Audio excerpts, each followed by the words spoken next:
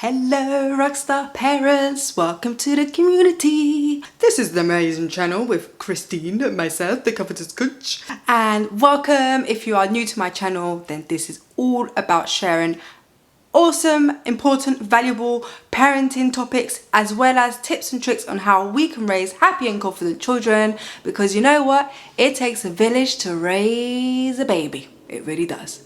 So in this video, I'm super excited because I'm going to be talking about this topic that I think affects a lot of us as parents, because children are expensive.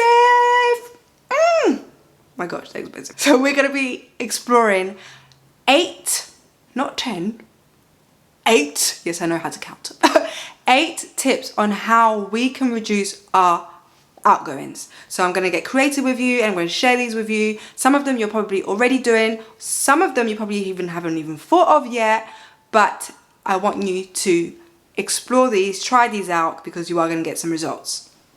So first of all, when we have a child, what is it that we spend most of our money on? We spend most of our money on, I'm sure you'll agree, on their clothes, food and toys. So what can we do to reduce those outgoings, first of all?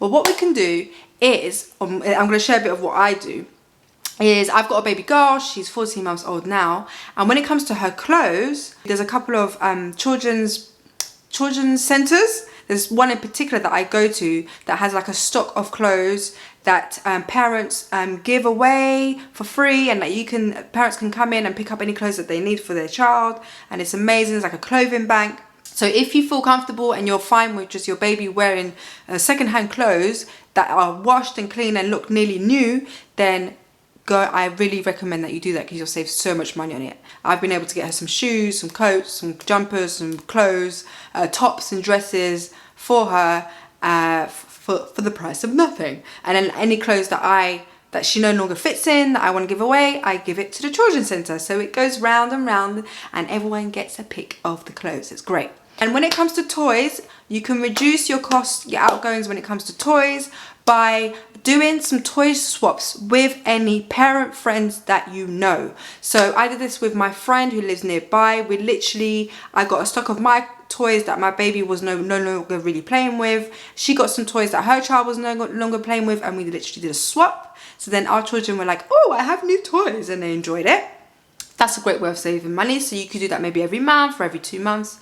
There's also some great websites. One of them is called Shpock that you could go on. I'll leave the link below.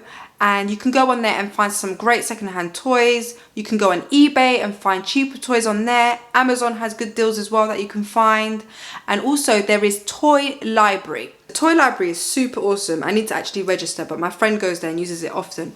And literally it's like books. When we borrow books, we give it back. So the same concept with toys. You get a membership, and I think the membership is really cheap. It depends on the package, but I think max is like £20 a year or something like that. And you register and you can borrow up to 6 toys, 1 or 2 big ones and the rest of like 3 or 4 small ones, which is super duper. You can borrow it for like up to a month, and then even then after the month, if you want to keep the toys, you can renew it. It's really good. Your child gets to explore those toys, really use them up, and then you return the toys and replace them with a new set of toys. So your child's always getting new toys. It's super good. So that's another way of saving money on toys. Also, what we do is we keep our toys selection quite limited for our baby girl, because one, she hardly plays with them. She'd rather play with things like this and just like pots and pans and plastic bag, well, not plastic bags, but you know, just like paper and bottles. So she has like her Lego, her puzzles, and dolls. So we keep it quite limited in a way, and we let her explore other toys when we go to playgroups. So playgroups always have a selection of toys that they can play with.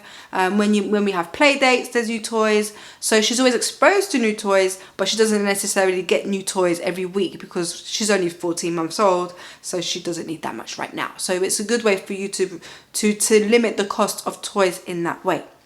All right, so when it comes to food, what we do is we cook, because I don't add salt into my food. I do add seasonings, so that's a type of salt anyways, but I add seasonings into my food, but I don't add salt. So she tends to eat what we eat, and the way that we've cut out our costs for food is by actually eating more vegetables. We do eat meat here and there, we do eat fish here and there, but we have reduced it because we used to eat it almost every other day, but now we eat meat and fish maybe twice a week as opposed to like 4 or 5 times a week. So we have really reduced it, and we eat a lot more vegetables. Vegetables are a lot cheaper than meat, so you can reduce your meat intake if you are happy to do that.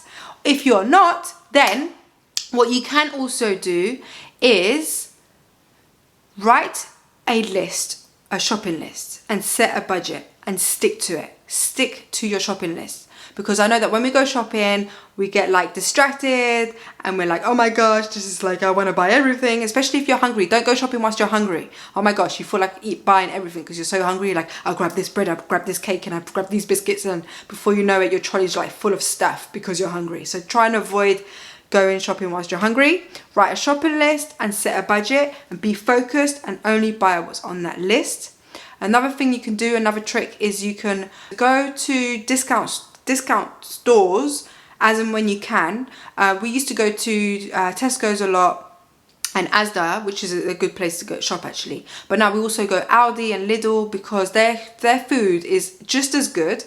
Unbranded food is just as good, and it's a lot cheaper. So we have saved a lot of money by doing that.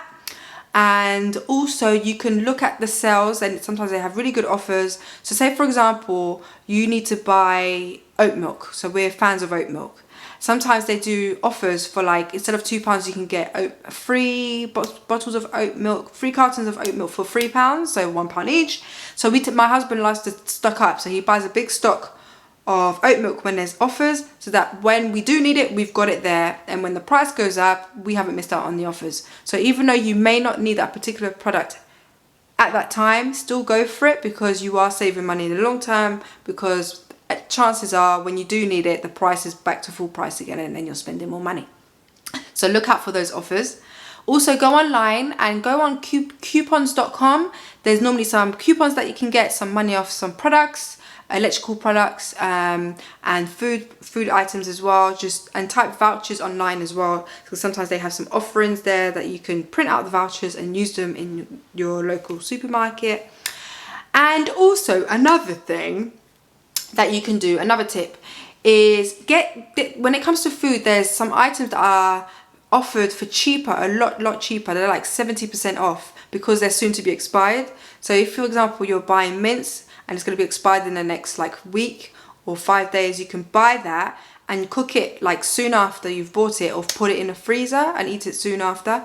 That's a great way to save some money on meat as well, if you don't want to cut out on your meat.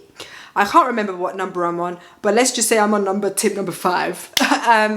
When it comes to presents, when we buy gifts for people during birthdays and Christmas and like special events, it can get costly. So a great way to save money on that is to actually buy your Christmas presents and your birthday presents in advance. So there's 2 ways, right? So one of them is in advance. So you would buy your Christmas presents in advance during the sales. So sometimes there's summer sales, there's like spring sales. So whilst there's sales, stock up on your Christmas presents early, leave them somewhere in the house, forget about them, and then when it comes to Christmas time, you've already got everything, you've already bought everything for like half the price because you've bought them during the sales. Also, you do the same thing for birthday presents. Or if you don't want to buy, what you can also do if you don't want to buy so early in advance is you can also buy smaller gifts during Christmas, like get a stocking and just fill them in with like Poundland products or little bits and bobs, bath products, things that are generally quite cheap but really nice, and you can give them to your family members and your friends as their little gifts. And then during Boxing Day and New Year's, start buying them the bigger gifts that you would have gotten them if you bought them at full price, because then you can get them for the sales, and then they open them like in New Year's or Boxing Day, and it's super good for them. I'm sure they won't complain because it feels like they get extra presents. So that's another trick you can use as well. I'm looking at my notes so that I make sure I don't miss anything. Another tip, so tip number 6, I think I'm on 6 now.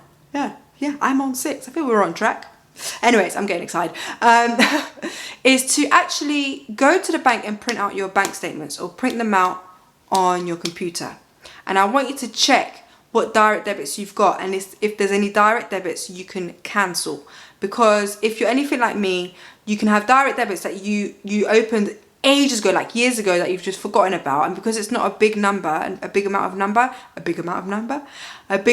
money that comes out every month, you don't notice it, but it still adds up. You could still be saving a lot of money if you actually were to close that direct debit. So have a look online or print out your bank statement and just cross off any direct debits you can literally cancel. Contact the company and get that cancelled, because you will save money every month if you do that. Also, another thing you can do is you can do a clothes shop when it comes to clothes, because clothes can be expensive. So what you can do is you can get your friends involved, you can get your loved ones involved, your family involved, you can even get your community involved and do a clothes shop. So get some clothes that you no longer wear but that are in decent condition. Go to your friend's house, rummage through her wardrobe or his wardrobe and swap your clothes, because then you get new clothes and they get new clothes and you save money.